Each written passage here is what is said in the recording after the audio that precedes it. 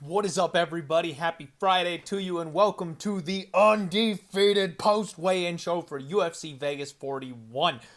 Boy, do we have a lot to talk about today. First off, this is a massive card, so buckle in because we got a lot of fights to cover. With all the craziness going on today with the main event, we've got some things to say. If this is your first time tuning into the show, we take one final look at these fighters as they step on the scales and see if we can squeeze just a little bit of extra value out of what we see today. And then we can make our bets tonight and try to have a very profitable time betting on UFC Vegas 41. Reminder, this is a morning fight. That's right, 1 p.m. Eastern start time. We are not rocking the fireball and popcorn. It's a mimosa and waffles type of fight day. Morning fights, baby.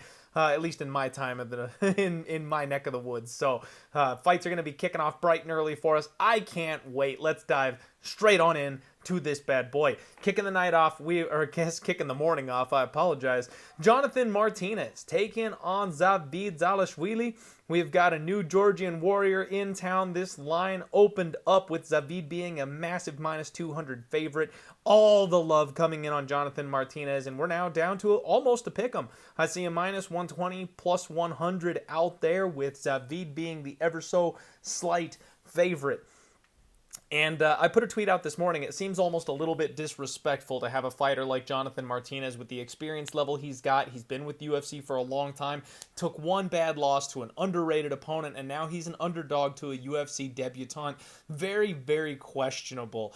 Both these guys came in at 135. Jonathan Martinez gave the fingers up, no weight issues for him, quick on and off the scale, which is good to see because we've seen him struggle on the scales before. His opponent, Zavid, came in and no issues, no concerns whatsoever, very professional, made weight easily. When these guys faced off, they size up extremely well. Zavid is another one of these fighters where you just got to talk about the dome, man. He's got a huge head, and I think that's part of what makes him hard to knock out. We've seen fighters in the past have commented on, like Volkanovski, the champ. He's got just a massive head. No wonder he never gets knocked out. That's kind of what this guy reminds me of. So his durability, his grappling offense, he's one of these Georgian warriors, and he's undefeated. So coming in here, you got to kind of, it's a very, very weird spot to start our night off. But Martinez looked intense. You could tell he felt like he was disrespected up there at the face-off. Zavid, on the other hand, had a very confident smirk on his face the entire time, never blinked, not scared whatsoever of this challenge in front of him. Folks, I feel like this is a crazy spot. I was hoping when this line came out that I would get plus money on Zavid, because I wanted to back my undefeated 10-0 Georgian warrior stepping in here into the UFC, but unfortunately he opened up as minus 200, and that was not the correct line in my opinion. But since we have almost gotten a flip out of this thing, so much money just pouring in on Jonathan Martinez, this feels like a trap to me, folks. This feels like a bookmaker trap line. Like, why would the UFC known commodity be the one that's the underdog?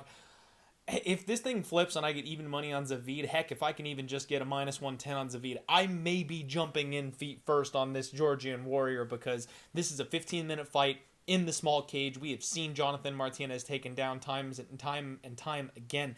And I know Zavid is a guy that hasn't really been tested. This is a massive step up in competition, but we have also seen, especially with some of like the Contender Series fighters, have nasty padded records and just step straight into the spotlight and have no issues. I kind of like Zavid here in this spot. This isn't much of a weigh-in read. This is more of a line movement read, an end-of-the-week type of read. Martinez is definitely the slicker striker on the feet, but Zavid is one of these never-ending gas tank machines that's going to try to put him on his back for 15 minutes, and all he's got to do is secure 2 rounds to get the dub. So I think we might get some buy low value considering the market movement at this point. Next fight up, Sosa taking on Randa Markos. Both women came in at 115, and y'all know about my love for the redheads here in this spot. This is a sketchy fight here. Sosa, nothing to report really. She looked fine on the scales. She's not one of these over-imposing physical type of fighters, so not really surprising there. Randa Markos on the flip side of this thing, she had her head held high, very defiant looking on the scales this morning when she made weight. She did miss a step getting up onto the scale. I don't want to read too much into that as her maybe having a bad weight cut or anything like that. I think she just missed a step. That happens every once in a while. I don't think she looked bad at all, but she is getting older, and she definitely has her back up against the wall in this spot. These two size up pretty well. Slight size advantage for Lavinia Souza. It was a very respectful face-off. These two don't have any hard feelings towards each other. It's a weird spot because I felt like all week I should have taken the plus money on Randa Markos, but when these two sized up and they looked at each other and they stared each other down, I just got like Vietnam flashbacks in my brain of all the times I've lost money staring at Randa Markos doing nothing, plotting in front of her opponent, not being aggressive, jumping into the guard of somebody with a nasty submission game, not shooting takedowns, not controlling the space, low volume. I mean, like, all the times that I've said that she's live and she should win, and if she just followed the game plan, they all just played through my memory, and I'm off it. If anything, I'm looking at Lavinia Souza here. A lot of money has come in. Well, not a lot of money, but it looks like people are backing Randa Markos. I know there's a couple people in the betting game that think kind of the same way I do, that she's undervalued here and she should not be a dog in this spot. She's come down to about even money in some spots, and I feel like this is another area to buy low on Lavinia Souza at this point. At the end of the week, I've completely changed from wanting to back Randa Markos to thinking, this might be our last opportunity to take money away from Randa Markos before she makes her exit from the UFC. I've tried backing her time and time again. It has not worked, so I'm not really looking to line up and do that again. And Lavinia Souza, we couldn't have a worse picture of her right now, right? I mean, she got absolutely blitzed her last fight out, and let's not forget that was to the hottest prospect in the division, somebody who we all think is going to be challenging for a title very, very soon. So it's a spot where we've got this recency bias on how bad Lavinia Souza is, but the fact is I think she's probably much better than that. She's going to be better than Randa Markos on the feet, even though a lot of people are expecting Souza to be the one going for the takedowns. I actually think Souza probably can outstrike Randa Markos, and then when this thing does hit the ground, Randa Markos should be the stronger fighter. She should be the better wrestler, but the BJJ of Souza actually has me tempted to take a stab on that submission prop. I think it's plus 450. Souza by sub, plus 450, plus 550, something like that. I'm tempted to back Souza in this spot, basically, is all that comes down to. So sorry for being long-winded on that one. That's a fight that I've been batting around back and forth all week. And my policy when I back and forth like that is to pass. This is one where I might get involved. We'll see what ends up happening if I pull that trigger or not. Jeff Molina taking on Daniel Lacerda. Looks like they're calling him Daniel Dos Santos at this point, which, no surprise there. Every Brazilian you've ever heard of is Dos Santos. Molina came in, and actually both men came in at 125. Jeff Molina, blank slate. No issues. Honestly, I got chills watching this guy up on the stage. He was terrifyingly emotionless, and not in like the bad way where you feel like he had a bad weight cut and he's just zoned out up there. Like, he's ready to kill somebody, and I mean that almost quite literally. Daniel on the flip side of this thing, big smile, seemed very confident in himself, no issues at the weigh-in here. But when they faced off, Molina came in hot, folks. I mean, like, he got right up in Daniel's face. Now, the new kid was cocky. I mean, waving him on, smiling at him, spreading his arms. It was a great face-off. This one was fun to watch. And this is another one that I've kind of been batting around all week, and I finally decided to pull the trigger on. I love the mental state that I'm seeing from Jeff Molina right now. This new kid doesn't get out of round one. He's taking a massive step up in competition, coming in here in this fight, and he's taking on a guy that you simply don't finish. Jeff Molina is the kind of guy that can take your best punch and return fire even harder. He's got a great gas tank, and he's a warrior. You have to absolutely take him out of the fight for him to not be in it and fighting for your money, and I love backing fighters like that. So I laid 1.6 units at minus 160 on Jeff Molina. I did take a half unit stab at the knockout prop, which is plus 450, and then I also sprinkled that quarter unit on Molina round 3 at 12-1. So I'm in on Jeff Molina. I think as long as he survives this first round, he should take over and win this fight, and I'm expecting a third round knockout is pretty much the way I see this thing panning out. Kama Worthy taking on Jai Herbert. Both men came in at 155. Kama looks in solid shape. Kind of moved a bit slow for my liking, though. He was a little bit tentative up there. He did give a solid flex. He looks like he's in good shape. Jai Herbert on the flip side of this thing, very, very focused on the scales today. Pounded his chest. He's looking like he's ready to rock in this spot. And when they faced off, we knew Herbert was going to have the height and reach advantage, but it is significant. I mean, I'm always a guy looking to back Kama Worthy. I like his explosive power. I like what he brings brings to the table. And I know Jai Herbert's a guy that's had some chin issues in the past, so Kama's definitely live in this spot to get that knockout, but yikes, I can't do it. I came this close to being a degenerate and locking in Kama Worthy in this spot. I know on the Monday show I said Jai Herbert. I just don't like that price tag for Jai Herbert. You know, Kama Worthy's one of these guys that can come through as an underdog because he's got violent, explosive knockout power. He's got a slick submission game. There's opportunities for him to win this fight. But at the end of the day, I think the height and the reach is probably just going to be a little too much for him to overcome. So I've talked myself down. This is going to be a pass for me. I'm not going to end up actually playing on this card, but I'm going to stick with Jai Herbert as my pick for the win. Jamie Pickett taking on Lenaro Staropoli. Jamie Pickett came in at 184.5. Staropoli 185.5. So interesting that the bigger man took the was the one under the weight limit. Jamie Pickett, I mean, he weighed in with his hat on. He was extremely confident that he was going to make weight here, gave a solid flex. He's in great shape. This is another physical specimen type of guy. Leonardo Staropoli came in, big flex, pounded his chest. I noticed today that he's got a super broad torso. Like, he's very wide, and I think that's something that's going to help him fill out as he, stays up here at 185, but he just doesn't seem like he's quite there yet for me, and that was reinforced when these two faced off. Jamie has a big size advantage. Jamie Pickett is much larger than Leonardo Staropoli, and he's thicker. Like, when you see them from the side, his chest, his back, he's just so much more physical than Leonardo Staropoli. And much like the Monday show, I am just baffled by this line. Leonardo Staropoli is a minus 225 favorite. You can get anywhere from plus 200 to plus 185 on Jamie Pickett, guys. And I am this close. I am this close to pulling the trigger on Jamie Pickett. The problem is, I haven't been able to see anything from him. I wanted to hear an interview. I wanted to hear him talk. I want to see where his mindset is at. Like, if he knows his back is against the wall, if he's talking about coming out hard, he's ready to fire, that kind of a situation, like, I will roll the dice on Jamie Pickett in an instant here. Leonardo Staropoli is a guy that goes 1-for-1 with his opponents. He likes to brawl. His volume isn't crazy, and when he hits his opponent, he's extremely hittable back. He's a guy that's tough and durable, but we know when Jamie Pickett pulls the trigger, he hits hard. Staropoli can get taken down. We know Jamie Pickett can wrestle. I mean, this is a spot where I think Staropoli's just undersized. Like, he's in the wrong weight class. He's fighting a real fighter at 185, and because of that, I think he's really going to struggle. Or is this 170? I keep mixing up this weight class.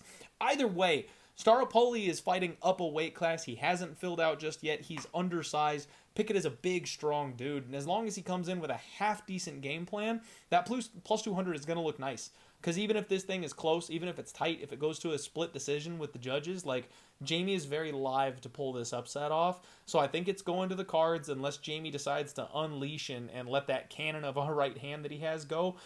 Don't expect him to, because he hasn't yet. But I think even if he just decides to come out and wrestle, he should win this fight. So very, very heavy lean to Jamie Pickett, especially after seeing these two face off, but haven't quite pulled the trigger there yet. Tabitha Ricci taking on Maria Oliveira. Both women came in at 115. Tabitha came in, arms behind the back, thick looking. She is well muscled. She looks good. Maria on the other side of this thing, smiling and laughing after she got the weight called off there. She's all done up. Her hair looked awesome. She looks ready to go for this fight, looking like she's going to kind of make a statement here. This was a good stare down. Maria has a slight height advantage. Definitely the slightly bigger fighter. We knew that coming in, though. Tabitha Ricci is shorter. She likes to grapple. We know that as well about her. This should be a good fight. I'm not budging on my Tabitha Ricci position here. I've got her in a parlay with Seung Choi later on in the card, and I've also got a half unit on her by submission at plus 330, I think. That line is, I think, down to plus 225 the last time I saw it, so definitely beat the line move on the sub prop. Glad I got in there early on that one. And I don't think anything changes here. As much as I think Maria Oliveira is a good striker, she lacks in the ground game. She lacks in the takedown defense. And there is nothing on the scales that made me sway from that opinion. Mason Jones taking on David Onama. We've got Jones coming in at 156. Onama made 153.5 coming in here on short notice. Jones had a little bit of lobster face. You know, he's one of those pasty white guys that when he, stresses himself out, he gets all red and butchered here. I had a buddy that got bad lobster face anytime we drank back in college, so I like to use that term. Love you, Chris. No issues for Mason Jones on the scales. David Onama came in here, and he is just holy crap. Like, this kid might be something as far as his physique goes. He's an absolute specimen. He was stoic. He gave a huge flex. He's well muscled. He's an explosive athlete. And I think we could see some good things from this kid, but I do feel like this is a bit of a giant step up. Not a bit of a step up, but a giant step up for this kid making his UFC debut against Mason Jones. Size advantage goes to Onama, though. He was much taller and longer. It was a good face-off. Mason Jones is always ready to go in this type of a spot, and I think Mason Jones absolutely deserves to be the favorite in this spot. I mean, he's minus 500 for a reason, and I think there's a chance that he grinds his way to a win, maybe gets a late finish in this type of spot. You might want to check that round 3 sprinkle, but honestly, I don't want to doubt David Onama. He looks like he's ready to rock, and he's the type of kid that's going to come in here and shock a couple of people on short notice just by being athletic the way he is. I think Mason Jones can stay ahead of him, especially in the grappling, and just kind of grind on him for 15 minutes until he wears out or that gas tank dies. But we don't have any evidence of that. We haven't seen him actually, lose in that kind of a situation before. So very, very sketchy. To quote the great King Julian, it gives me the heebie-jeebies. I'm going to probably pass on that fight, but I can understand why Mason Jones is a big favorite. I do think he gets the win.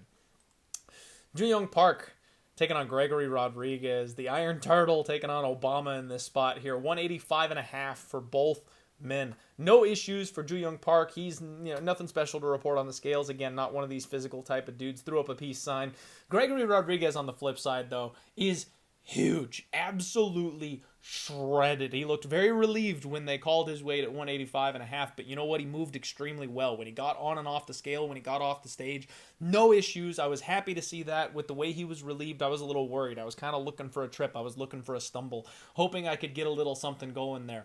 But when they faced off, holy hell, Gregory Rodrigues is massive. Folks, I locked in Gregory Rodrigues by submission at 9-1 a couple days ago. We're breaking out the tinfoil hat here. And I don't know if this is even worthy of the tinfoil hat, actually, because Gregory Rodrigues is just huge. I'm going to go ahead and pull the trigger. I got minus 120 on Gregory Rodrigues, and I'm going to take it. I'm going to take it to the bank because I was batting this fight around back and forth on Monday, and I thought Ji Young Park is a guy that's been underrated. He's a guy that's got a good jab. He wrestles well. Like, he's not the kind of fighter that you really want to bet against. It's not a winning strategy, in my opinion. And I thought Gregory Rodrigues was the type of fighter that could cause him issues. This is a good stylistic matchup, but when you see the size difference, we know how physically strong Gregory Rodrigues is. Like, this seems like a spot where he just mauls Ji Young Park. I don't know how much of an answer Park is really going to have for him. Gregory Rodrigues should win all the optics as far as landing the bigger power shots.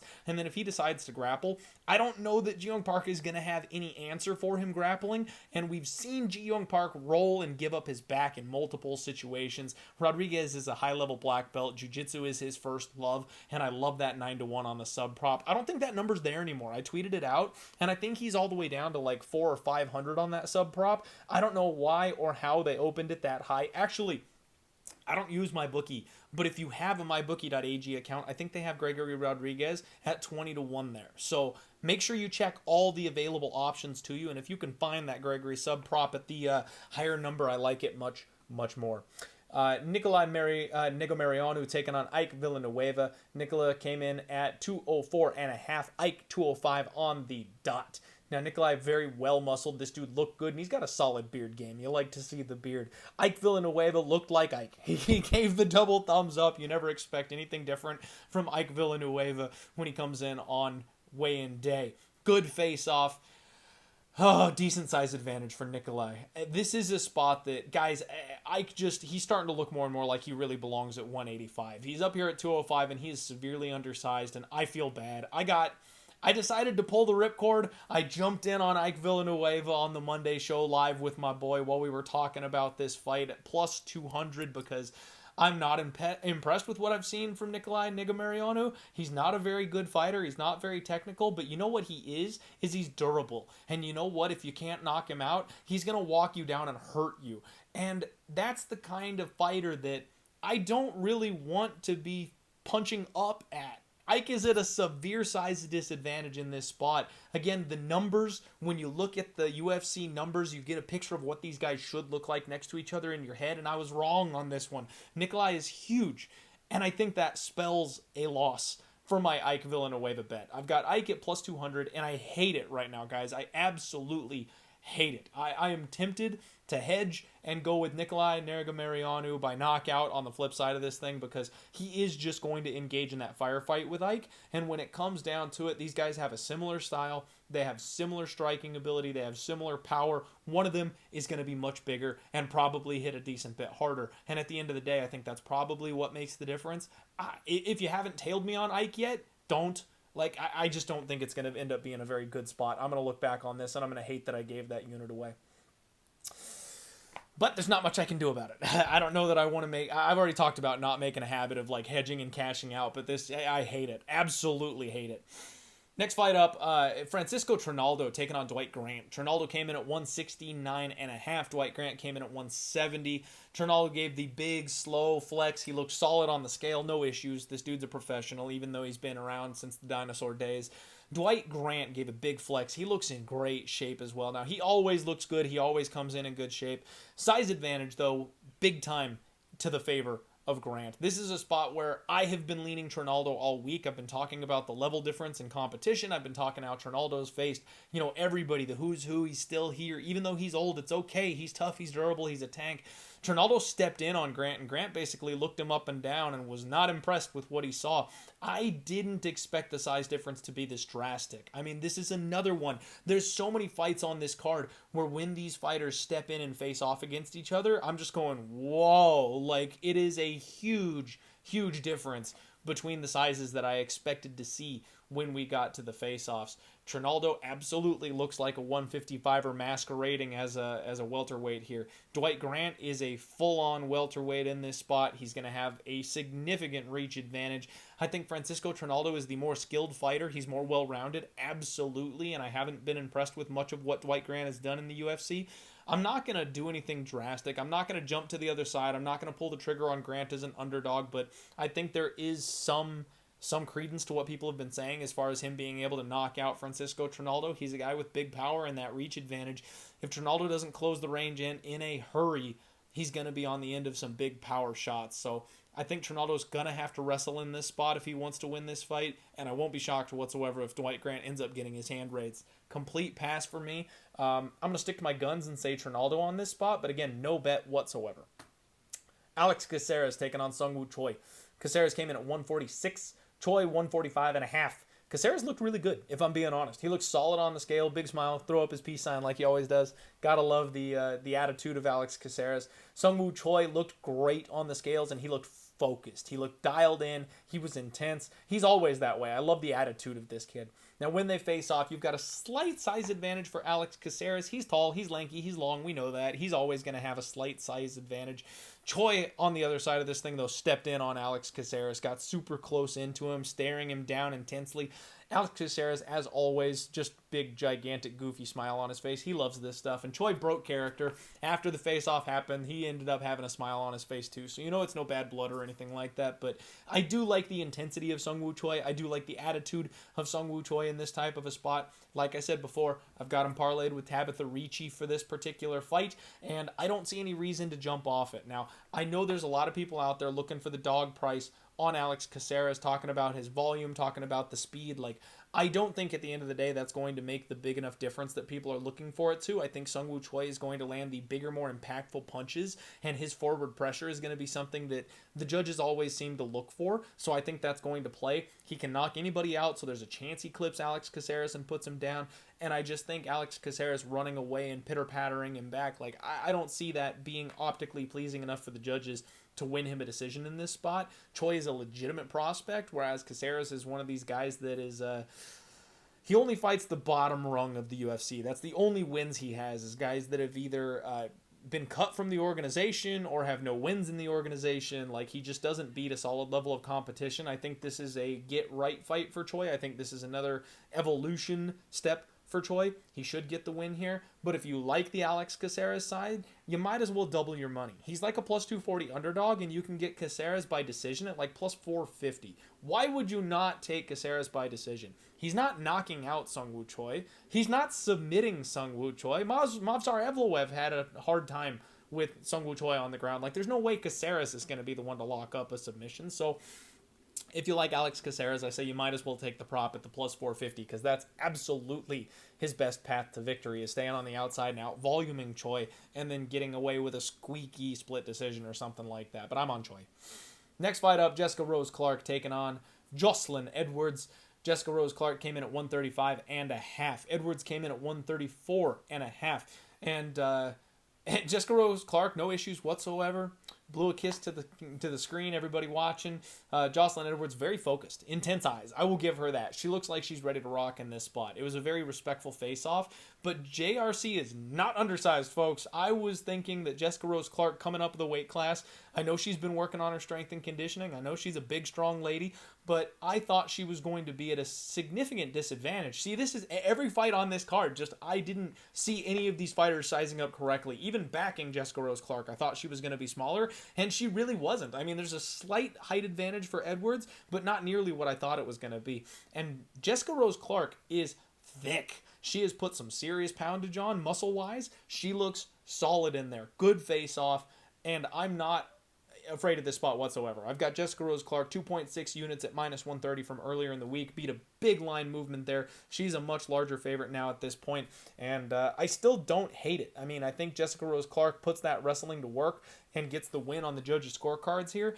She's about minus 170 or so right now, so not nearly as much value on it, but it's getting closer back to where she opened up in the first place. So if you want to jump with me on Jessica Rose Clark, I don't mind it. I think working with Daniel Cormier and Duran Wynn, she's going to be able to take this girl down, and then she's going to beat on her once she gets on the floor. Even if she just holds her down and gets a little bit of ground and pound off, she probably wins a decision, but don't rule out a referee stoppage, a TKO type of victory. It's on the table here.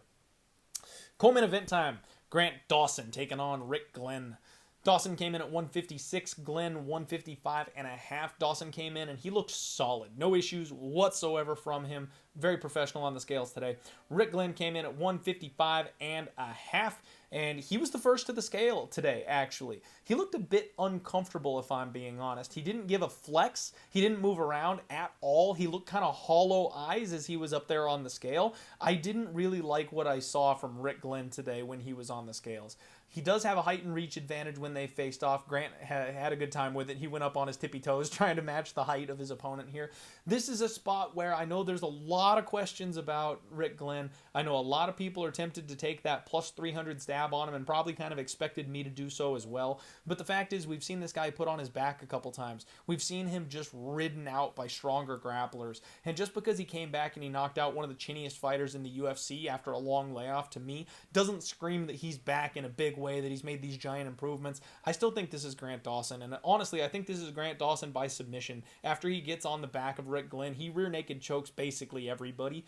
I ended up taking Grant Dawson. I think Grant Dawson inside the distance at plus 145 is the way I went with this. I'll be honest, I keep mixing up the two giant favorites here on this card, so I can't remember which one I actually ended up pulling the trigger on. I'm trying to look back through my bets here so I can let you know. I will put the tweet out, as always, because I did end up taking one of these big favorites inside the distance, but I think it was Grant Dawson because I don't want to get in the way of the young stud that showed up today. Anyway, I'm on Grant Dawson. Favorite should roll in this spot. Main event time. Here you go. The moment we have all been waiting for. Paulo Costa taking on Marvin Vettori. We've got Costa coming at 204.5. Oh, that's right. For any of you wondering what happened here, they agreed to a 195-pound catch weight. Yeah, minutes later after the agreement was made, they were like, nah, we're doing 205. Like, Paulo Costa, this is, you know what, tinfoil hat off for this one, because this isn't even me just like reaching for something crazy or anything like that. This is what happened. Paulo Costa had no intention of ever cutting weight in this spot. Like, you see him putting out Instagram videos and clips of him in the sauna and stuff. Like, he is laughing at this situation. He is joking at this situation. He knew without a doubt that he could take advantage of someone with the pride like Marvin Vettori, that he wasn't going to turn down the fight. This fight shouldn't even be happening, because if a fighter misses by more than 5 pounds, the commission cancels the fight. So they moved it to a catch weight. Okay, 195, no problem. I can understand making that agreement and docking Paulo Costa. Like, it's a little sketchy, but it is what it is. But Costa not even being able to make 195, Costa requiring a 205 fight to even make it to the card. Like, this is maybe the most egregious weight situation that we have ever had in the UFC. And yes, I'm counting Anthony Rumble Johnson, because at least Rumble tried. You know what? He tried to make weight and he missed, and then he got his ass beat for it. Like, he went out on his shield for the mistake that he made. Paulo Costa came in laughing and smiling over this. He knew he was still going to fight, and now he knows he's got a full weight class advantage on his opponent, because Marvin Vettori was set to make 185 like a professional. He sucked himself out and went down, and everyone being like, you know what, it's still fair because he had time to cut weight, he had time to stop, he could have, refueled up. Like, the fact is, Paulo Costa is a much bigger man than Marvin Vettori is, and him coming in with zero intentions of cutting weight means he is in no way reduced in this spot. He is in no way damaged himself with that weight cut, whereas Marvin Vettori has. And even though he had to stop his weight cut, or he got to stop his weight cut, he is still significantly undersized to Paulo Costa. On the scales today, Costa spread his arms wide. He washed his hands of the whole thing. Like, he literally did the, wiping his hands off thing on the scales. It's honestly sickening. Like, it's really frustrating to me. Paulo Costa is one of these guys that's got a very punchable face. I don't like the way he does a lot of things, and this is blatant cheating for him to come in and do this. So it's really frustrating for me. Marvin Vettori on the flip side of this thing came in at 204. He looks good. He was healthy. He filled himself back up. He's solid. But like I said, even with both guys weighing 204 pounds, when they faced off, Paulo Costa is massive. Like, this man did cut some weight to get down to 204 and a half. Not a lot, but he cut some. He probably walks around at 210, 215. Marvin Vettori, on the other hand, he probably is about his walking weight right now. I wouldn't think Marvin Vettori weighs much more than 205 pounds on any given day as is. Paulo is huge, all right? And as soon as he came out, he got the double flip-off birds from Marvin Vettori. Marvin was fired up today, and I got to tell you, there's a lot of fighters out there that I think suffer when they get emotional. There's a lot of fighters out there that don't do well when they get emotional. Marvin Vettori seems to harness his anger. Like, he is Gohan from Dragon Ball Z. Like, he is, when he gets angry, his power level rises. And I think that Paulo Costa may have stepped in at pissing off Marvin Vettori. The problem for me in this spot is that this line is out of control. Marvin Vettori is now a minus 185, minus 190 favorite in this spot. But the spot just so clearly favors Paulo Costa. The world is jumping on Marvin Vettori because of what we saw with Nate Diaz. When this happened against Robbie Lawler, everybody thought Nate Diaz was going to have a significant advantage. Hell, I thought Nate Diaz was going to have a significant advantage. But it turns out he just wasn't taking it very seriously. He didn't have it. He'd phoned it in. That's not what's happening here with Paulo Costa. Paulo Costa is legit cheating. Paulo Costa wants a title. Paulo Costa wants to fight Israel Adesanya again. Like, this guy is coming in and taking the most significant advantage I think I've ever seen on the scales. I've got 2.6 units on Marvin Vettori at minus 130. And even though that line is nearly minus 200 now, and I massively beat that line move, this is the kind of spot where Paulo Costa just murks him in the first round. Marvin Vettori is legendarily durable. This guy doesn't get knocked out. He doesn't get finished. But he is striking up a full weight class at this point. If Paulo Costa had to cut down to 195, I wouldn't be so scared. But with Paulo Costa not hardly cutting at all, with this fight now taking place at 205, he is gigantic. And he's going to hit like a freaking elephant when he's in the octagon on Saturday. Round 1 is going to be terrifying as a Marvin Vettori backer, because Paulo Costa can knock out literally anybody, and he's got such a fullness, thickness, power advantage in this spot that even Vettori's legendary durability, I don't know if it's going to be enough. So I did put 2.6 units on the under 4.5 at minus 130. It's kind of a bit of a hedge spot because I think that if Marvin Vettori gets his game going, he's able to get the chain wrestling going, he's able to wear Paulo Costa out and get him to the ground, I do think he gets a later finish. I do think he puts him away probably in the 4th round, maybe a ground and pound, maybe submission, something like that. Now, he did come out in an interview and say that he wants to knock out Paulo Costa, so I actually thought about playing the submission prop. The problem is, I think he wants to hurt this guy with his hands. And we have seen that before, where a fighter makes up their mind about how they're going to end a fight. I've taken some submission props that just had absolutely no hope because the fighter came out wanting to end the fight with punches. And I think that's what we've got here. Marvin Vettori is going to want to hurt Paulo Costa. He doesn't want to make him tap. He wants to beat this man unconscious. So I think if he gets the back, he'll flatten him out and ground and pound him. I think if he gets on side control, he's going to drop elbows. Like, I don't think he's going to be looking for submissions. I think he's going to be looking for big, heavy ground and pound. So if anything, I'd be tempted on the knockout prop for Marvin Vettori more so than the submission prop. But that also worries me about this fight squeezing over. So Paulo Costa by decision is really the only thing that hurts me. I've got 2.6 units on Vettori at minus 130. I'm terrified about that. I don't like that right now.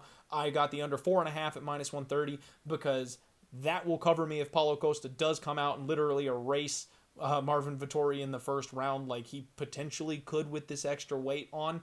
And then it also covers me if Marvin Vettori does what I think he can do and gets a finish in the 3rd, 4th, 5th round. So I'm expecting violence. I don't think you should bet Marvin Vettori at minus 190, if I'm being honest. I think this has become a dog or pass situation. You're getting the cheating fighter, the much bigger fighter, the much fresher fighter, the stronger fighter, and you're getting plus 155 on him. Like, I think Paulo Costa probably is the bet to make at this stage, but since I beat that line movement, I'm going to sit on my minus 130.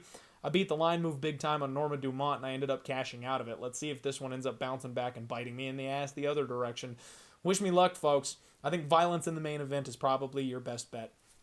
That's the Undefeated post-weigh-in show. We went a little long today because we had a lot to talk about. As always, for my actual official bets, make sure you follow me at DieHardMMAPod on Twitter. I will tweet out the actual bets that I have in my final card this evening probably. Usually I do it Saturday morning, but since it's a morning AM fight, I'll probably tweet that out tonight. I always do my little Hail Mary finisher prop sprinkle parlays. Those are fun to sweat. So we got a big card tomorrow, full of action. Be careful. This one could get wild, so make sure you utilize proper bankroll management. Good luck on all your degenerate action. Let's roll.